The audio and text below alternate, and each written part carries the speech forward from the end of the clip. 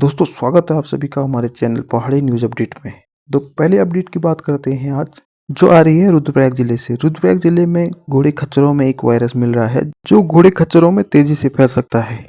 चार धाम यात्रा में कुल एक महीना भी नहीं बचा है और उससे पहले यह खबर चिंताजनक है। वायरस का नाम एक्वाइन इन्फ्लुएंजा है। यह अभी तक 12 घोड़ों में पाया गया है। इस वायरस से ग्रसित घोड़े खच्चरों को यात्रा में जाने की अनुमति नहीं दी जाएगी। इससे घोड़े खच्चर मालिकों में काफी चिंता का माहौल है। इस विषय में सौरभ बहुगुणा जो कि पशुपालन मंत्री हैं उन्होंने जानकारी दी है। आप इस वीडियो में देखिए। हमने रजिस्ट्रेशन कैंप्स लगाए तो उसमें एक थोड़ी सी हमको समस्या दिखी कि हमने जो सैम्पलिंग की थी 422 घोड़ों की, उसमें से 12 घोड़े ऐसे थे जो इन्फ्लुएंजा जिनमें मिला H3N8 वायरस। और जैसे ह्यूमंस को कोल्ड कॉफ, खांसी, जुकाम, रनिंग नोज़ ये होता है, वैसे ही घोड़ों में ये बीमारी होती है। और इसका इलाज भी बहुत सिंपल है। जो भी घोड़ा पॉजिटिव पाया जाता है इन्फ्लुएंजा का, उसको 10 दिन का आराम देना पड़ता है, दवाइयाँ देनी पड़ती हैं और 10 से 12 दिन में वो पूर्ण रूप से स्वस्थ हो जाता है।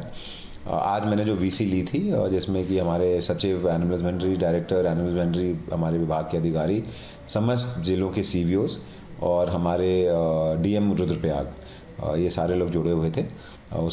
उसका सिर्फ लक्ष्य ये था कि हम एक एक्शन प्लान तैयार कर सकें। अभी भी हमारे पास 1 महीने का समय है यात्रा शुरू होने में।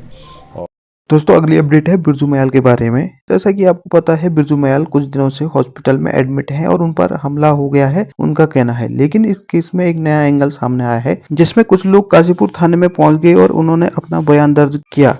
क्या कहा उन्होंने इस वीडियो में देखिए और अपनी राय हमें कमेंट करके जरूर बताएं। देखिए, कल 31 अप्रैल सायकालीन को प्रतापपुर चौकी पर एक एक्सीडेंट की सूचना प्राप्त हुई थी, जिस पर पुलिस तुरंत मौके पर पहुंची तथा पुलिस द्वारा जनता के सहयोग से घायल व्यक्ति को सरकारी अस्पताल पहुंचाया गया। वहां जानकारी करने पर पता चला कि घायल व्यक्ति बिरजू मयाल है, जो कि सोशल मीडिया इन्फ्लुएंसर है। उस घटना के संबंध में घायल व्यक्ति द्वारा सोशल मीडिया प्लेटफॉर्म पर तरह तरह के वीडियो भी प्रसारित किए गए और बयानबाजी भी की गई, जो कि प्रथम दृष्टया भ्रामक प्रतीत होती थी।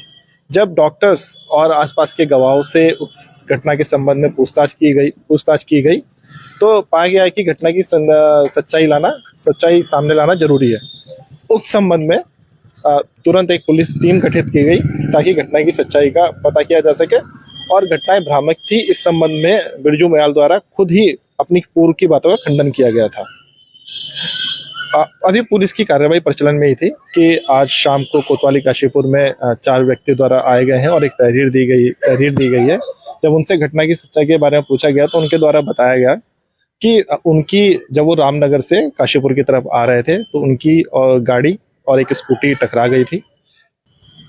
बात करें, बीते दिन जो है बिरजू मयाल का एक एक्सीडेंटल केस सामने आया था कि उसकी मारपीट हुई, इस तरह की तमाम बातें सामने आई थी। आप हम मौके पे मौजूद थे, आप तहरीर देने काशीपुर कोतवाली पहुंचे, क्या है पूरा मामला? सर, हम रामनगर से काशीपुर साइड आ रहे थे और मैं ऐसे ही होंगे 50-60 की स्पीड से होंगे और ये व्यक्ति कम से कम नहीं तो होगा कोई 80-90 की स्पीड से रॉन्ग साइड से आया तो मेरे लेफ्ट साइड के शीशे पे लगा बहुत तेज आके। तो जैसे ही ये लगा है तो तुरंत ये गिर चुका है। तो ये भाई मेरा आगे जा रहा था, हम पीछे थे, तो हम इन्हें देख के रुके। जैसे ही रुके तो ये धूल में सना हुआ था, तो हमने इसे उठाने की कोशिश करी है कि कहीं चोट वगैरह तो नहीं आई। तो हमने जैसे इसे उठाया तो गाली वाली देना स्टार्ट हुआ, तुम्हारी ऐसी गंदी गंदी माँ बहन की गाली देनी स्टार्ट हुआ। तो इतनी देर में ये बोले कि ये भाई को मैं जानता हूँ, तो इतनी देर में ये बोले कि हाँ भाई हम एक दूसरे को जानते हैं। तो कह रहा मैं तुझे नहीं जानता, ऐसा वैसा, तुम्हारी मैं ऐसा कर दूंगा वैसे कर दूंगा। मैं कि कानून की हमें धमकी देने लग पड़ा कि तुम्हें जेल की चक्की हमें पिसवा देंगे। चलो भी इतनी देर में, तो उतनी देर में ही उसने अपना हेलमेट उठा के इस भाई के यहाँ पे इन्होंने मार दिया। मारने के बाद भी हमने देखा कि वहाँ पे पब्लिक इकट्ठी होने लग पड़ी, तो कि मैं पब्लिक में शोर कर दूंगा तो मैं पीटूंगा यहाँ पे, ऐसा वैसा। इतनी देर में हम वहाँ से धीरे हम वहाँ से गाड़ी में बैठ कर अपने निकलने लग पड़े। और सुबह मॉर्निंग में जैसे हमने सोशल मीडिया देखा तो सोशल मीडिया पे इसी की सब न्यूज़ चल रही थी। तो मैं देखा यार ये वही है जो कल हमारी गाड़ी से एक्सीडेंट हुआ है। तो इतनी देर में हमने आपस में बात करी कि हमें जाना चाहिए कल को ये और कोई झूठा मुकदमा हमारे ऊपर ना करवा दे, हमारी गाड़ी के ऊपर, क्योंकि है तो वहाँ पर बहुत जितनी हमें गंदी गाली दे रहा था, ये कुछ भी बोल सकता है ये इंसान। हमने आपस में बात करी और इन्हें हमने रुद्रपुर से बुलाया। तो बुलाने के बाद हमने अपने बाजपुर में इकट्ठे हुए, बाजपुर में तहरीर टाइप करवाने के बाद हम अपने काशीपुर कोतवाली में आए। तो कोतवाली में अपनी मुकदमा हमने दिया कि जो भी बात है ये हमारी। अगली अपडेट है उत्तराखंड लोक सेवा आयोग से। इन्होंने बीते दिनों एक रिजल्ट जारी किया था जिसमें समीक्षा अधिकारी और सहायक समीक्षा अधिकारी का फाइनल रिजल्ट जारी किया था, जिसको इन्होंने अब कैंसिल कर दिया है। आयोग द्वारा यह रिजल्ट 28 मार्च को रिलीज किया गया था और 2 तारीख को इनके द्वारा सूचित किया गया कि यह रिजल्ट कैंसिल हो गया है। तकनीकी गड़बड़ी के कारण यह रिजल्ट निरस्त कर दिया गया है। इसके चलते युवाओं का कहना है कि इतना बड़ा आयोग ऐसी गलती कैसे कर सकता है। आपकी क्या राय है, हमें कमेंट करके जरूर बताएं। अगली अपडेट सामने आ रही है सांस्कृतिक दलों का आंदोलन से लेकर। संस्कृति विभाग के खिलाफ इनका आंदोलन चल रहा है, जिसमें इन्होंने अपनी मांगे सामने रखी है। गढ़ रत्न नरेंद्र सिंह नेगी जी ने भी इनका समर्थन अपना पुराना लोकप्रिय गाना गाकर किया। इस आंदोलन के बारे में क्या कहा उन्होंने, इस क्लिप में देखिए। पूरी वीडियो का लिंक मैं डिस्क्रिप्शन में दे दूंगा, आप वहां जाकर जरूर देखिए।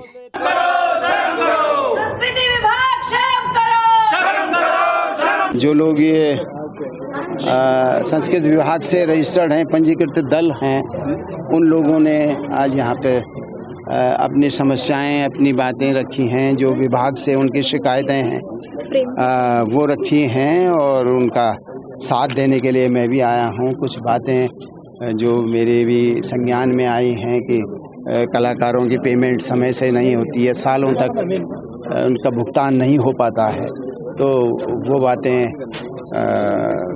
अभी संज्ञान में आई हैं। तो मुझे लगा कि इस पे विभाग को ध्यान देना चाहिए। दूसरे, रोस्टर के हिसाब से कई कलाकारों को कार्यक्रम नहीं मिल पाते, उनको यहाँ ऑडिशन पास भी उन्होंने कर दिया है, ग्रेड भी उनको दे दिया है, लेकिन उनको कार्यक्रम दिए नहीं जाते हैं, तो वो एक कमी विभाग की ये भी है, उनको भी दिया जाना चाहिए। और जैसा कि कलाकारों ने बताया कि हमसे कहा जाता है कि आपकी डिमांड नहीं है, तो ये क्या बात हुई कि आपकी डिमांड नहीं है?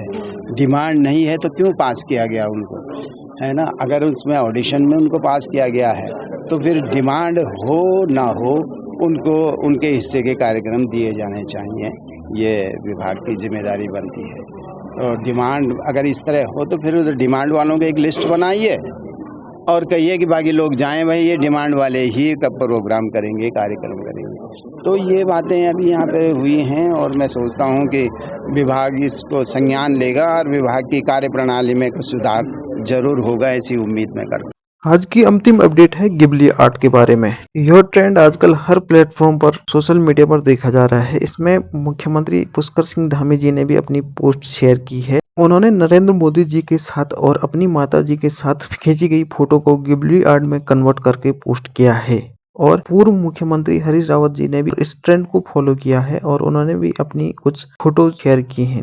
दोस्तों, आज की अपडेट में बस इतना ही। अब मिलते हैं अगली अपडेट के साथ। अगर आपको वीडियो थोड़ी भी पसंद आती है तो वीडियो को लाइक करें, शेयर करें और चैनल को सब्सक्राइब करें। धन्यवाद।